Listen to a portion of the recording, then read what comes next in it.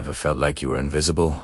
Like people only see the uniform you're wearing and not the person inside it. That's how my life felt. Every day was a blur of taking orders, clearing tables, and smiling at strangers. I was just another waitress in a busy city restaurant, a background character in other people's lives. The clatter of plates and the murmur of conversations were the soundtrack to my days. I'd watch families celebrating birthdays, couples on their first dates, and business partners sealing deals over expensive meals. I was a part of their world, yet completely separate from it. They saw a tray, a notepad, and a polite smile. They never saw me. They never saw the dreams I held on to, the passions that burned quietly beneath the surface. My life outside these four walls, the person I was before I tied my apron, was a complete mystery to them.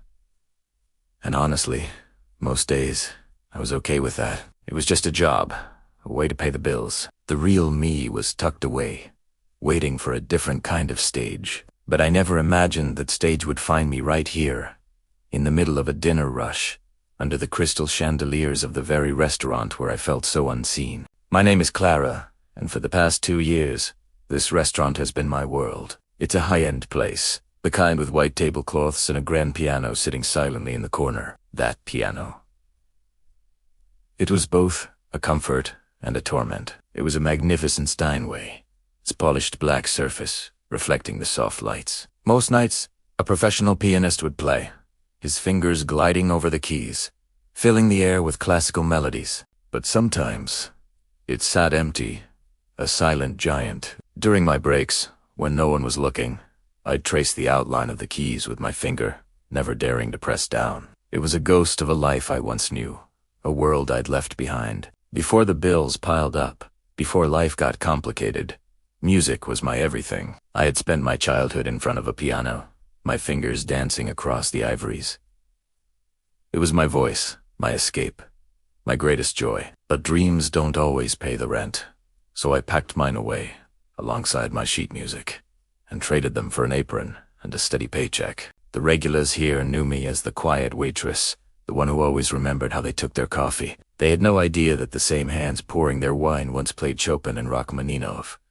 Tonight was different. The restaurant was buzzing with the usual Friday night crowd. I was weaving through tables, balancing a heavy tray, when I noticed a new party being seated at the best table in the house, right next to the grand piano. It was a group of 4, impeccably dressed and radiating an air of importance. The man at the head of the table, probably in his late 50s, had a look that screamed old money. He barked orders, critiqued the wine list, and seemed to find fault in everything. His companions laughed a little too loudly at his jokes. He was the kind of customer who made you hold your breath, the kind you prayed wouldn't be in your section. And of course, it wasn't mine. I took a deep breath, put on my best professional smile, and walked over. "Good evening. Welcome to the Grandview. My name is Clara, and I'll be taking care of you tonight." He barely glanced at me, dismissing me with a wave of his hand as he continued his story. His name, I soon learned, was Mr. Harrison, a notorious real estate tycoon known for his cutthroat business tactics and his equally sharp tongue. Throughout the evening, he was demanding and condescending, treating me less like a person and more like a piece of furniture that brought him food. After their main course, the restaurant's regular pianist had finished his set and left for the night. The grand piano now sat empty.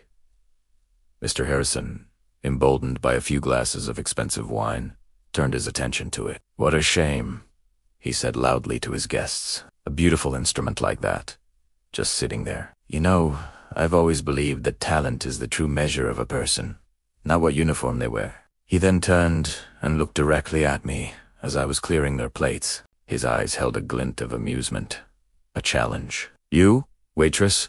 he called out, making the whole table turn to stare at me. "I bet you wouldn't even know which end of the piano to sit at." His friend snickered.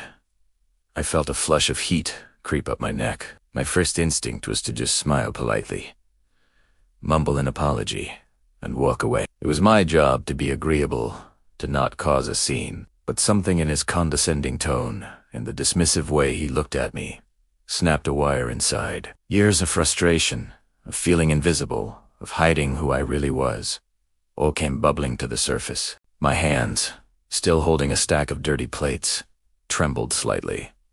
The room seemed to go quiet, even though it hadn't. All I could hear was his challenge hanging in the air. My manager, Mr. Gable, noticed the tension and started walking over, a worried look on his face. He was a kind man, but he hated any kind of disruption. I knew he was coming to defuse the situation, to apologize on my behalf and smooth things over with the wealthy customer. But in that split second, I made a decision. I wasn't going to be dismissed. I gently placed the plates on a nearby service stand, straightened my apron, and turned to face Mr. Harrison. My heart was hammering against my ribs, but my voice came out surprisingly steady. "Actually, sir," I said, my voice cutting through the table's chatter, "I do know my way around a piano." A flicker of surprise crossed his face, quickly replaced by a smug grin. He thought I was bluffing. "Is that so?" he drawled, leaning back in his chair.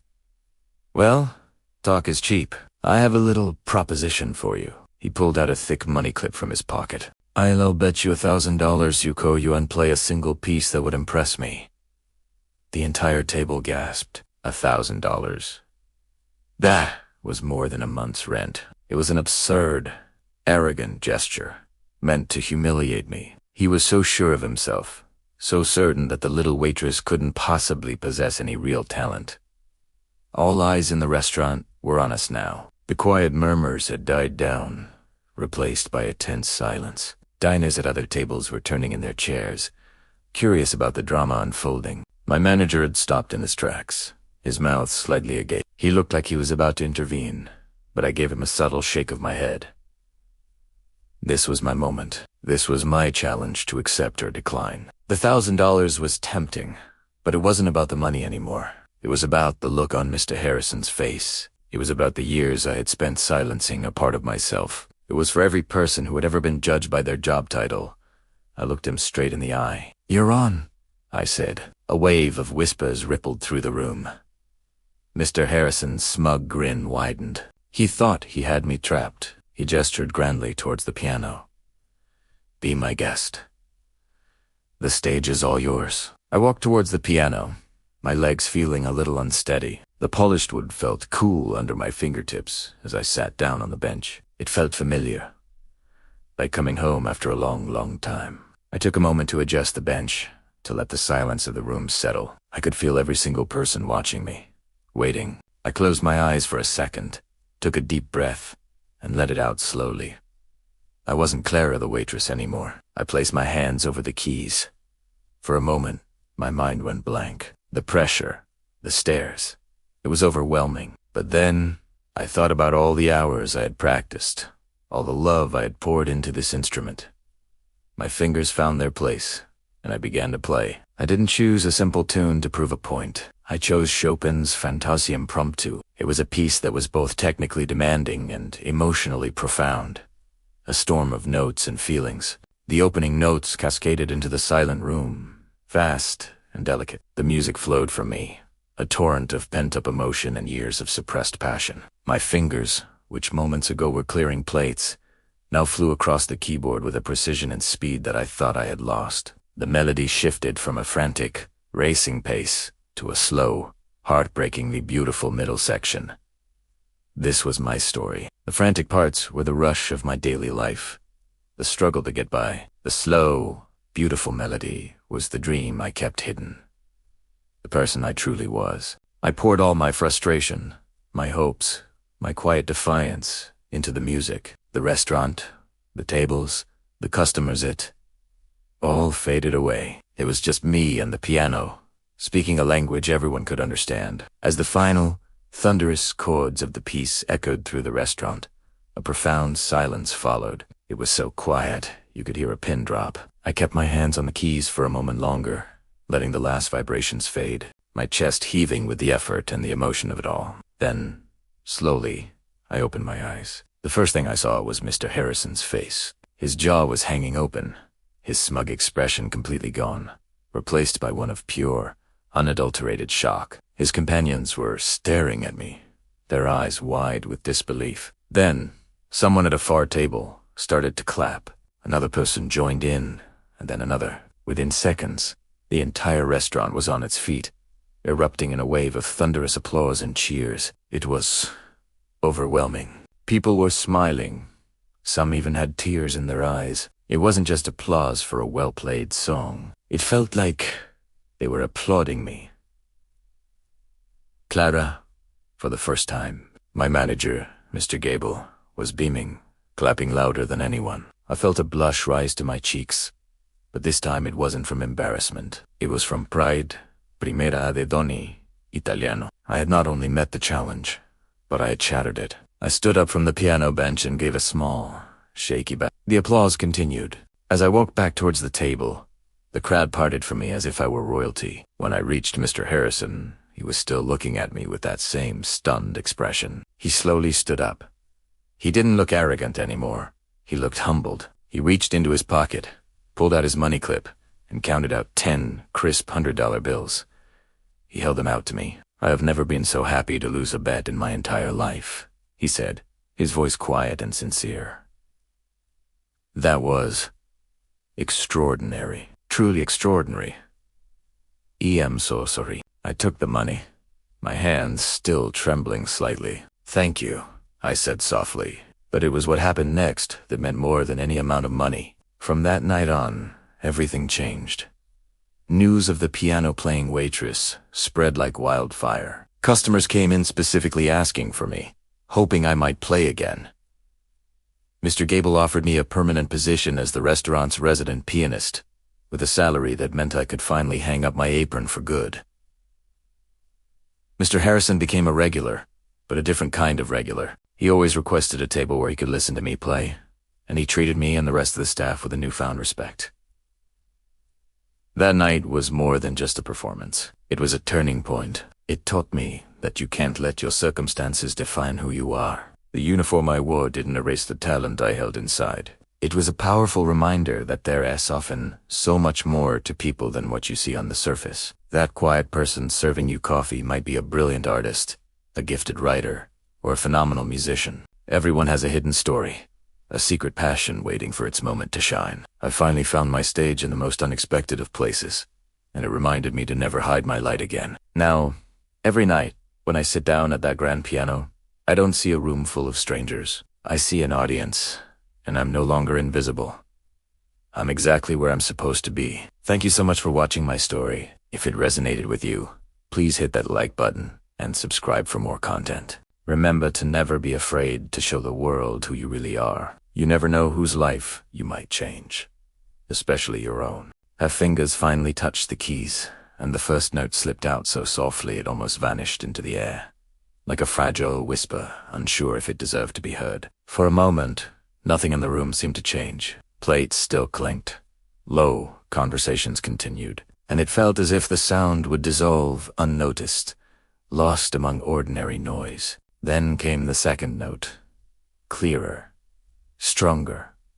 It lingered just a little longer, and something in the air shifted subtle, almost invisible, but real enough to be felt. The waitress slowly closed her eyes. As she did, the world around her began to fade. The noise, the movement, the quiet pressure of being watched, all of it dissolved, until only the piano remained. Only the sound. Only here. It was as if life itself had stepped aside, making space for something that had been buried deep within her for years. Her fingers moved again, forming a gentle melody. It wasn't loud or complex, but it carried something honest, something that felt lived, not learned. Each note seemed to hold emotion that had been waiting patiently for this exact moment. At first, no one fully understood what was happening, but slowly, almost without realizing it, people began to notice. A fork paused halfway to someone's mouth. A conversation soft and then stopped. Heads turned, one after another, drawn toward. The quiet sound growing stronger in the corner of the room. This wasn't random. This wasn't luck. There was intention in her playing control. Memory. Something deeply practiced. The way her fingers moved revealed a skill that could not be faked. With each passing second, her hands grew steadier. The nervousness that once held her back began to slip away, replaced by a calm confidence.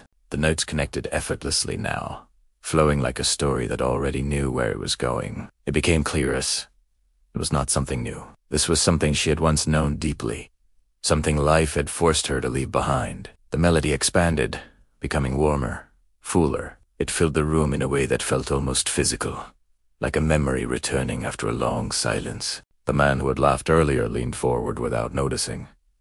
His expression had changed completely. The amusement was gone, replaced by focus, by something closer to awe. His friends fell silent too.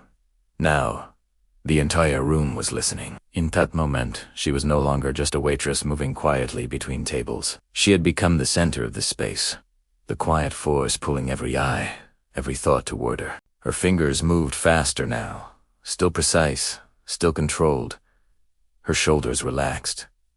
Her breathing steadied. Then the music shifted.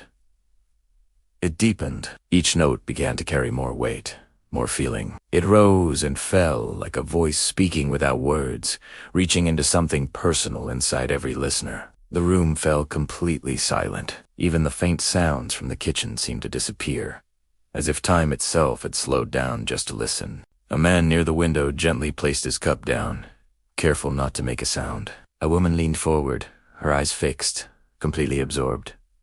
No one looked away. No one spoke. The piano was no longer just an object in the room. It had become its heart, and she had become its voice. Her confidence was complete now. There was no hesitation left in her movements. Every note carried purpose. Every pause held meaning. It was more than music. It was a story, one that didn't need words to be understood. The man's face, soft. Something new appeared in his eyes, respect, mixed with quiet regret. He realized, in that moment, how easily he had judged her, and how wrong he had been. Then, suddenly, the melody softened again. It became fragile, gentle. Within that softness was something deeper, something that felt like loss, like remembering something once loved but no longer there. The room felt it. Not quite sadness, not quite happiness. Just something real. Her hands trembled slightly, but she didn't stop. Because now, this moment wasn't about anyone else. It wasn't about the people watching or what they thought. It was about her. About everything she had hidden. Every dream she had set aside. Every time she had chosen silence over expression. Then the music rose again. Stronger. More powerful. It was as if something inside her had finally broken free. Her fingers moved with new energy, faster and more confident, the notes flowing like a river that could no longer be held back. Alive. Unstoppable. The room felt it deeply. A man at the back quietly wiped his eyes. A woman placed her hand over her heart. Still, no one spoke. No one needed to. The millionaire slowly stood from his seat, not to interrupt, but to see more clearly. Even the soft scrape of his chair didn't break the moment. His eyes stayed fixed on her, but the confidence he once carried had changed into something else. Something quieter, more human. Understanding. The music reached its peak. A final wave of emotion poured through every note she played. Then, slowly, it began to fall. Softer. Slower. Like the closing of something meaningful. Each note faded gently into the next, until only one remained. She pressed it softly, held it, then let it go. Silence filled the room. Deep. Complete. For a few seconds, no one moved. It was as if everyone needed time to return from wherever the music had taken them. The waitress slowly opened her eyes. Her hands hovered above the keys. Still, as she took a quiet breath, something inside her had changed. Something real. Then, a single clap. Soft. Clear. It came from the man. Heads turned as he continued. Slowly at first, 10 stranger. One by one, others joined, until the entire room filled with applause. Not loud or chaotic, but warm, genuine, full of respect. She stood up and turned to face them. For the first time, people weren't looking through her. They were truly seeing her. The man stepped forward, his face calm now, free of arrogance. "I was wrong," he said quietly. The room fell silent again as his words settled. He admitted he had thought he understood people, but he hadn't seen her. Not really. She listened without anger, without pride, because she no longer felt small. When he apologized, she simply gave a small nod, not to prove anything, but because she didn't need to anymore. As he reached into his pocket, she gently raised her hand and stopped him. "It's not necessary," she said softly. He paused, then lowered his hand, finally understanding. "Some things can't be bought." She glanced once more at the piano, then around the room. A small, quiet smile appeared, not for them, but for herself. Picking up her tray again, she noticed something strange. It didn't feel heavy anymore. As she walked back through the restaurant, past the tables and the people, everything felt different, not because the place had changed, but because she was no longer invisible. And as the night continued, something remained in that room, not just the memory of music, but a quiet reminder. Sometimes, the softest voices carry the strongest stories, and sometimes all it takes is one moment of courage to finally be seen.